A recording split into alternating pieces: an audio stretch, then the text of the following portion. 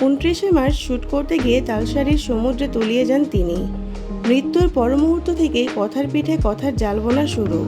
জন্ম নিয়েছে বহু প্রশ্ন, যার সদুত্তর এখনো মেলেনি।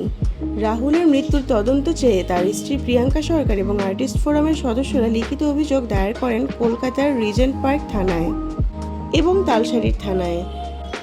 তালসারি থানা সমনও পাঠিয়েছে ম্যাজিক মোমেন্টস প্রযোজনা সংস্থাকে। তাদেরই ভোলে বাবা পার করেগা ধারাবাহিকের আউটডোর শুটিংয়ে অস্বাভাবিক মৃত্যু রাহুলের। রাহুলকে নিয়ে ফের নতুন বিতর্ক জন্ম দিয়েছে। প্রয়াত অভিনেতার মৃত্যুর বিচার চেয়ে পথে নেমেছিলেন তার সতীর্থরা। সেদিন অভিনব প্রতিবাদ অভিনেতা জিতু কমলের।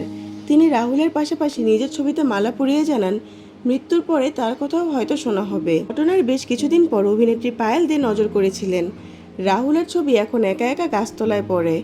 তিনি সমাজ মাধ্যমে ক্ষোভ উগরে দিতেই ফের বিতর্ক।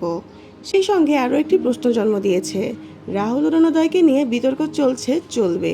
অভিনেতার অস্বাভাবিক মৃত্যুর তদন্ত কি সমান তালে এগোচ্ছে? দেখতে দেখতে 1 মাস ছুঁই, তদন্ত কতদূর এগোলো? পায়েল সাফ বলেছেন, এই বিষয়ে সংগঠনের বড়রা বলতে পারবেন। আমার চোখে যেটা খারাপ লেগেছে সেটাই বলেছি, আমার আর কিচ্ছু বলার নেই।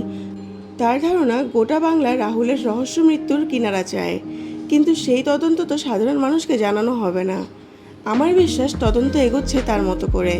নির্দিষ্ট সময়ে নিশ্চয়ই জবনিকা উঠবে। প্রায় একই কথা বলেছেন আর্টিস্ট ফোরামের সম্পাদক শান্তিলাল। তার কথায়, আমরা অভিযোগ দায়ের করেছি মানেই তদন্তকারী অফিসাররা আমাদের সব বলবেন, এটা হয় না।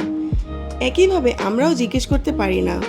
তার মতে বিষয়টি ফোরামের নির্দিষ্ট আইনজীবীরা দেখছেন, সত্যের জয় হবেই। 15 বললে আপনার 15টা শব্দ হয়ে যাবে 1 2 3 4 5 6